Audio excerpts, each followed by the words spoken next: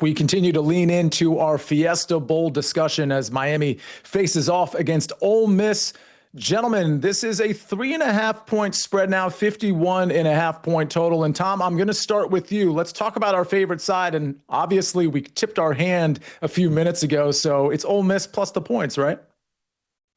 Yeah, and I would like either one of these teams plus 3.5 points, to be honest. I think it's going to be a tight game. I think it's going to go down in the fourth quarter. And the reason I like Ole Miss in the game is because I thought Georgia was ready to play. Like, we can talk about Texas Tech and Ohio State not looking good coming off buys. I thought Georgia played great.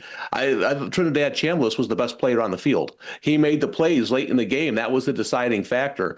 And I kind of feel like that's how this is going to go. Carson Beck has done a great job of managing the game, not turning the ball over, running the football. But if he does have to make plays late, will he do it? I side with Chambliss and Ole Miss there. So I think give me the 3.5, and I think they're live to win outright. Mike, this does feel like it comes down to a ton of weight being put on Trinidad Chambliss. And he's the quarterback, and I get it. And he can be a superstar, especially out of structure. But I mean, I know you're on Ole Miss plus 3.5. Are we? The flip side of this coin is that Miami front gets after him and Trinidad makes mistakes. How worried are you about that? I think it's possible that he makes a mistake in this game, but I do think it's the matchup to watch, clearly. We know Trinidad Chambliss has been in control of this Ole Miss offense. I would expect more of the same from him, but the story of it to me is clearly going to be, how does the Ole Miss offensive line hold up against that defensive front for Miami? I think that's clearly the story here. And what I see happening is I see Ole Miss running their traditional tempo and not allowing any substitutions really at all. And I think that the earlier in the game they can do that, the more plays, just the sheer volume of plays that they can run, the better. When you look at Miami, they always play with defensive intensity, and that's great. However, you're amped up. This is the game of everyone's life on the field to this point in their life, right? It's so easy to overextend yourself in terms of energy early. I think that's the focal point on the Ole Miss side, and I think they can wear down that defensive line at times. And where I think it manifests is either in a silly penalty or just blown assignment, giving up the big play. So I like Ole Miss. I do not think you should be getting the 3.5. I locked in 4.5 at an alt number and also the money line. But I think that alt number I played at 4.5 is going to be the true alt number on 3.5 by the time this closes. If you want the 3.5, I would act now, because it is not going to close at 3.5. You mentioned big plays potentially later rather than earlier in the game and pace of play. Mike, talk to me about the total here, 51.5. For me, it's over or nothing when it comes to the full game. It may be a slow mover early, but it's going to get loose in the second and third quarter for sure. And then the fourth quarter, if you have any scenario where one team is up by more than 4 points, you're going to see a lot of desperation, a lot of big playability as well on both sides. So I think the ball is moving between the 20s. I think there is a ton of plays run in this game overall. And the only way I could look on the total would be over. Tom, do we have agreement on the over 51.5? Yeah, I think it's going to be close here, but I think Mike made a good point about Miami's defense. They haven't really played this type of team yet in the playoffs. Listen, I'm probably in the minority. I don't think Marcel Reed at Texas A&M is a phenomenal quarterback. I just don't. And like I said, Sayan has had issues when he stepped up in class for Ohio State. I think this is going to be the toughest offense that Miami faces all playoffs here. So I do think there could be some wearing down in the second half. And like we said before, I also think Miami's running game, if that gets off early, I think Ole Miss's defense could be in a little bit of trouble. So I do think there's a lot of different ways this can go over 52.5. All right, let's talk about some game props, Tom. You this is an interesting one. We're looking at sacks. Yeah, listen, like you said, the most dominant unit in this playoff so far has been Miami's defensive front, right? They've just owned the playoffs, and I do think they're going to have. I think it's going to be hit or miss, right? They're going to get theirs, and Ole Miss is going to get some back on them. So I do think they're going to get a couple sacks, and again, they have done a great job of protecting Carson Beck so far in 2 lower scoring games. But if Ole Miss's offense has some success early, and they have to depend on them more, I think that's Ole Miss's path to victory right there, is make Carson Beck make plays. And I think their defensive front can get a couple of sacks. So I do think over sacks is a good play in this game. Mike McClure, you laid out the case for this game to potentially open up in the second, third, fourth quarter. But in the first quarter, you actually like an under. Yeah, I'm looking at an under early here. Going to go under 10.5. I think we get a 7-3 game. I think one of the defenses, whether it be Ole Miss or Miami, stands tall in the red zone early here. And then we'll potentially have the ability to go live bet this game over at a different number, one that maybe gets us under that key number of 50.5 in a college football game where we'd be looking for a 51 point total to cash in over. So I'm going to hold off on the full game total, look to the under 10.5 minus 124 in the first quarter of this game. Tom, I want to get to player props. And one thing we haven't mentioned a lot is the skill position players for really for Miami more than anything. So talk to me about Mark Fletcher, because I do think like what Miami wants to do, we talk about the defensive front, they want to control the game with their running back and the offensive line, correct? Yeah, and that's the edge that Miami has here is their offensive line going up against Ole Miss's defensive front. I think not only does Ole Miss give up some rushing yards, I mentioned over 150 per game, they give up some big plays in the running game. So I think Mark Fletcher, win or lose, is going to get to 100 yards and have a big game. I mean, if he does it, if he's at like 50 yards or less, then I think Ole Miss probably wins this game easy. And I still think it's going to be a competitive game either way. So I'll go Fletcher over 88.5 rushing yards. Yeah, I like that look quite a bit. And we've talked, Mike, it's a good way to round out the segment here on Ole Miss-Miami because we've been talking Trinidad Chambliss for about 20 minutes now. You like him for an anytime touchdown. I do see it. Look, he's a legitimate threat with his legs, particularly in the red zone. And where Miami's defense, like I said, Miami's defense is going to struggle at times with the tempo between the 20s, but they're going to be stout in the red zone. They always are. They always will be. That's where I think you look to Trinidad Chambliss, who gives you a +1 in the running game in that area. The other thing and why I think Tom may like Trinidad Chambliss so much as well, Sia, is you have to consider the quarterback age at this point. He's 23 years old, had a very non-traditional route to land in this spot, meaning he's fought so hard and earned everything to get here. He's the same age as guys like Caleb Williams and Drake May and CJ Stroud, all the same age playing in the NFL in the playoffs this year. Trinidad Chambliss is that guy at 23, and I think that he's going to run one in here in this game. Yeah, interesting note on Trinidad Chambliss's age. And I think that's a really good segue to talking Indiana, Oregon, because there's a lot of older players on these teams as well, particularly on Indiana. So ladies and gentlemen, coming up next on the Early Edge, don't worry, we're not ignoring Oregon, Indiana. We lean into it. We lean into the Peach Bowl next on the Early Edge.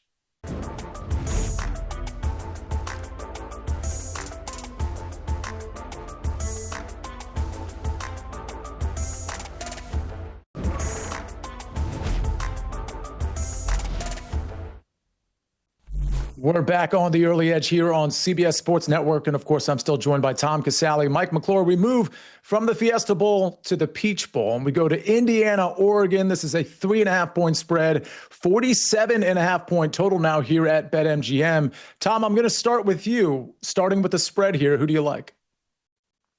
Yeah, I'm going to lean Indiana minus the 3.5. I hate that it's 3.5. I wish it was 2.5. To be honest with you, that's kind of where I made it. I just can't get in front of this Indiana train right now. I did Google Curt Cignetti. He is a winner, and the way they dominated Alabama in the trenches without their best defensive player, I thought was amazing. Forget about winning or losing. It was just a pure domination from start to finish. And listen, here's the thing. I'm not saying Dante Moore is a bad quarterback. I just don't really understand why he's like the first pick in the draft. I mean, I've never really seen him play well against a good defense. I don't think that's an opinion. I think it's a fact. He played Indiana earlier this season and didn't play well. Is he going to step up in this game against a defense that's going to hit him repeatedly? That's my question. I do think it's going to be a close competitive game, but I'm going to lean Indiana here. Now, Mike, this is my lean as well. And to Tom's point, Dante Moore, to the extent he's gone up against good defenses, it hasn't looked great, including the game, of course, against Indiana earlier in the season where he threw two interceptions. But you like Oregon plus 3.5 here. And I just from previous shows I've done with you, I tend to think you like this one a lot.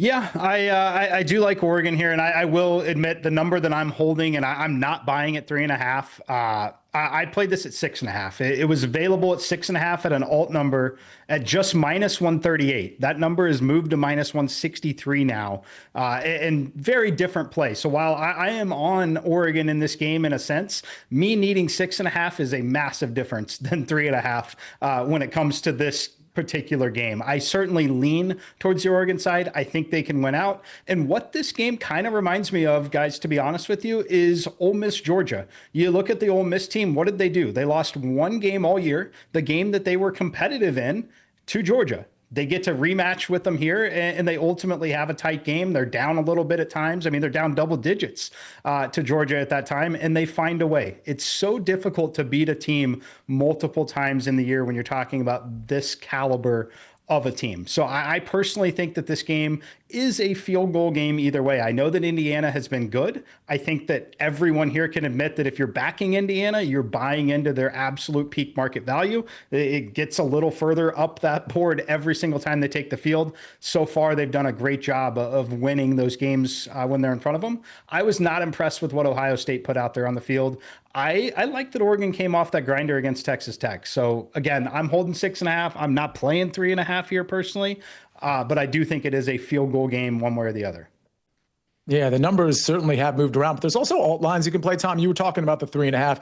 Actually, look, because I didn't want to play the 3.5 either. I looked at the 2.5 and it was in that minus 150 range, which I don't want to play. But I will say, and Mike, you say this a lot of outfits, a lot of sports books, including BetMGM, will have a boost for you on big games like this. So if you wanted to play the boost and get like a minus 150 at minus 2.5 down to whatever the boost is, minus 125 or minus 120, that option might be available to you. But let's talk about a favorite total or team total. Mike, you like an Oregon over? Yeah, I'm going to go Oregon's team total. Now, Shop, you may not be able to catch this. Since we've started here today, we've seen the total on this game tick up around from 46.5 to 47.5. And while the 4.5s in this game have disappeared to 3.5, makes sense that the team total would move 1 point on that Oregon side. But I did go over 20.5, minus 125 on the team total. Probably going to close 21.5. I just think there are many scenarios where Oregon wins this game outright, loses the game outright, covers the spread, or doesn't cover that spread at 3.5 while still scoring 21 points in this game. I think that 21 to 27 is an extremely realistic band for them. When you look at this game, it's also ideal conditions. You're talking about perfect indoor conditions at this particular point, cannot be overstated in my opinion. And then just the potential for them being down and the sheer desperation, the increased play volume. They're a team kind of like Ole Miss that can absolutely run with tempo and run more plays. I think they scored 21 points in this game. It's interesting you bring up the dome environment. That just kind of eluded me while we were talking about this. And I do think that benefits Oregon a little bit. Tom, talk to me about the total here. I think it's obviously a key number going from 47.5 to 46.5. You still lean to the over here? Yeah, I think this was the least confident pick, I think, on the show for me, because I think the number is right about there. I don't think there's any really value there. The one thing I lean the over, this is the one thing I'll say. I think sometimes when teams haven't played Indiana, they're a little surprised by how fast and how physical that defense is. I mean, I know they see it on tape, but when you play it, they're all over the place. They're really physical at the point of attack. So I do think it gives Oregon a little bit of an advantage that they've seen them already. And I think they can make adjustments off that. Dan Lanning is a very good coach. So I think it's going to be right around this number, but I lean over.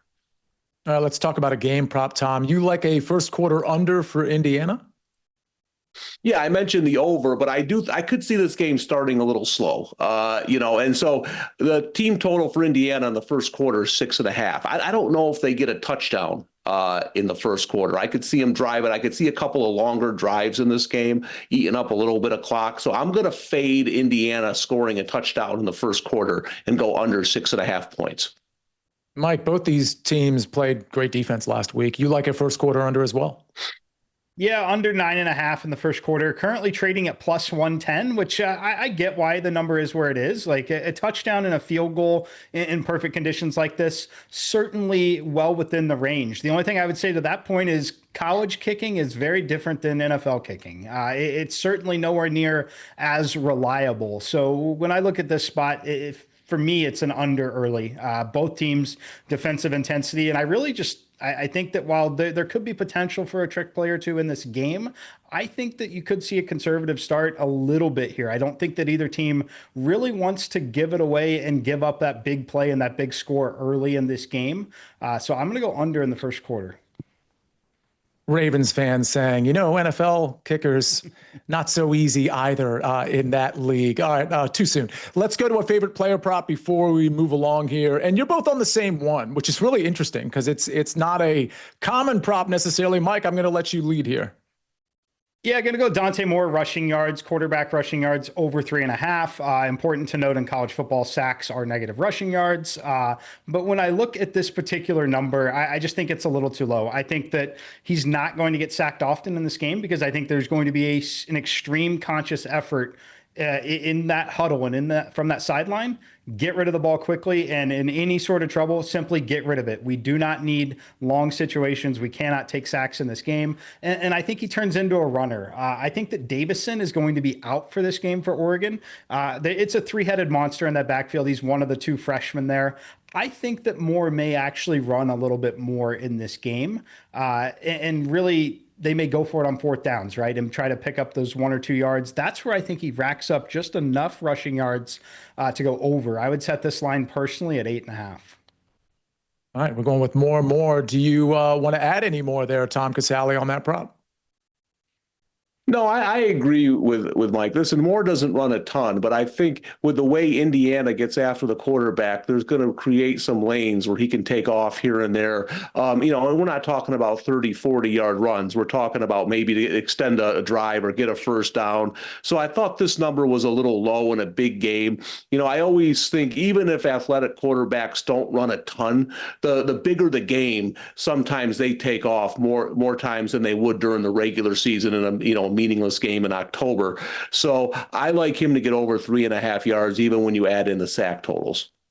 Yeah, it's certainly an angle to look at for these NFL wildcard games as well. By the way, the NFL Picks Show coming up next on CBS Sports Network. But coming up next on this show, we go to our best bets and our best underdog or plus money plays for college football playoff semifinal weekend. That's coming up next on The Early Edge.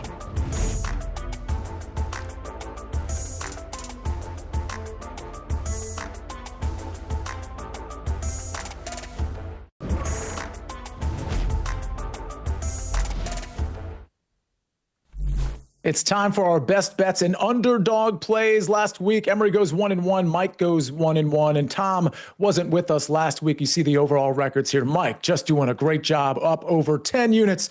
Let's bring back Tom and Mike to talk about our best bets this weekend. And gentlemen, normally I don't have a really great idea of where you're headed, but this week I kind of do. Tom, talk to me about your best bet for the Final Four. Yeah, so I had a lot of tough beats this year, and I think my worst one was the one time I took Ole Miss. I bet you can guess what game that was. They were covering against Georgia the entire game until 45 seconds left, 4th and 1. Georgia decides to kick a field goal to go up 8 and cover by a half point. So the Rebels owe me. They owe me for that game. I was right on that one, and I think I have it here. 3.5, Ole Miss again. I'm taking them as an underdog. Again, I think this game is going to be really tight. I think it's going to be a fun game to watch. I think it's going to be entertaining. I think it's going to be close in the fourth quarter, but giving me the 3.5, I'll take the Rebels. The amount of late field goals, many of which have been meaningless in the NFL and college football, I'm talking really late field goals this year that have impacted point spreads, is pretty staggering. Mike, is this also your favorite bet? It is, yes. Staying in the SEC like all year. Again, Sia, it just means more. Ole Miss, plus 3.5. Like them to win this game outright. I love this matchup, though. I think it's going to be absolutely a fun, classic college football semifinal game. Miami, I think they have to play better offensively than they have the first 2 rounds. They've gotten by on defense and maybe just opponents that weren't quite prepared and really came out flat. I think this is a little bit of a different beast because of the way that they play. I like to call it the controlled chaos. Trinidad Chambliss at 23 has got a handle on this offense and the system. I think they're going to be very deliberate with the tempo here. I think the key to winning this game is to just simply wear down that defensive front of Miami. It's do not allow defensive substitutions at all costs. It is run as many plays as you possibly can and wear them down. And I think that they'll have some success doing it. The question is, can they tackle Mark Fletcher? If they can't, they may not win or cover this game. I think that they can limit him between the 20s, though, shore it up in the red zone. Give me Ole Miss here, plus the points. All right, let's recap our best bets. And I'm sure you didn't have trouble remembering here. Ole Miss plus 3.5 from Tom and Mike McClure. Let's transition to our underdog bet of the week. Now, this doesn't have to be an underdog. It can be a plus money play. And Tom, you've got a plus money play here. We're looking to a band here with Ole Miss winning by 1 to 6 points. Yeah, I like this range at plus 425. Again, I think this is going to be a close game. I don't think it's going to be a blowout in either way. And I'll go back to Trinidad Chambliss being the best player on the field. I think he makes a play or two in the fourth quarter that decides the game. So a close game, but I think Ole Miss wins. Give me that by 1 to 6 points at plus 425. I think that's good value. And maybe Trinidad Chambliss does that, Mike McClure, but also maybe Dante Moore does that because Oregon money line is your underdog of the week.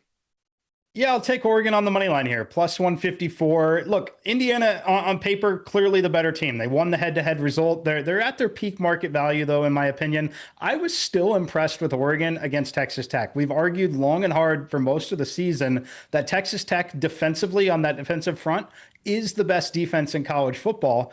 And Oregon won that game 23-0, but man, they could have scored 35 points in that game. Had one or two little plays broke their way. They were right there in position, just absolutely dominated that football game.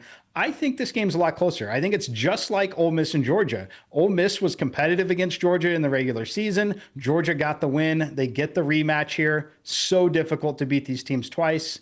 I'll take a shot here on Oregon on the money line, plus 154.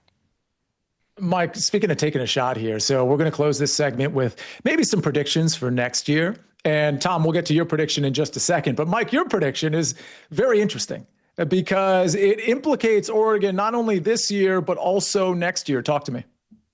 Yeah, Oregon, back-to-back national titles. How about that? We'll be calling the shot to win the national title this year, and then they run it back and repeat. I absolutely love what Dan Lanning has for next season. Looking at the recruiting class coming in, awesome prospects on the offensive line. Like I'm talking 6'7", 350. Some big boys coming in on that offensive line to continue to shore that up. The best tight end prospect who they've already got, Sadiq, on the field. Watch him. He's going to make a big play against Indiana. I think that Oregon could go on a little bit of a run here, kind of like we saw Ohio State almost do potentially. I think Oregon gets not only their first national title here this year. Again, this team has never won a national title in college football. I think they go back to back. I mean, this is a bold take. And don't think I didn't catch the 6'7", 350 reference. Love those little nuggets that you throw in there. Tom Casale, what's your prediction for next year? It's South Carolina? Yeah, I like Mike's prediction. I think Oregon's going to be really, really good next year, like he said. So South Carolina was kind of a sexy pick this year. I wasn't on them for a couple of reasons. One, they lost a lot of good defensive linemen to the NFL. I thought that was underrated. And then, for reasons I don't understand, they hired Mike Shula to be their offensive coordinator. I mean, he has the imagination of a tree stump. So the offense struggled. Lenora Sellers struggled. But you look, they bring in Kendall Briles now from TCU. That's a good hire. I think Sellers has a big year next year, and I like what they're already starting to do in the transfer portal. They're working on the lines, kind of like Texas Tech did. So if you're just looking early for a team that could surprise next year, keep an eye on South Carolina.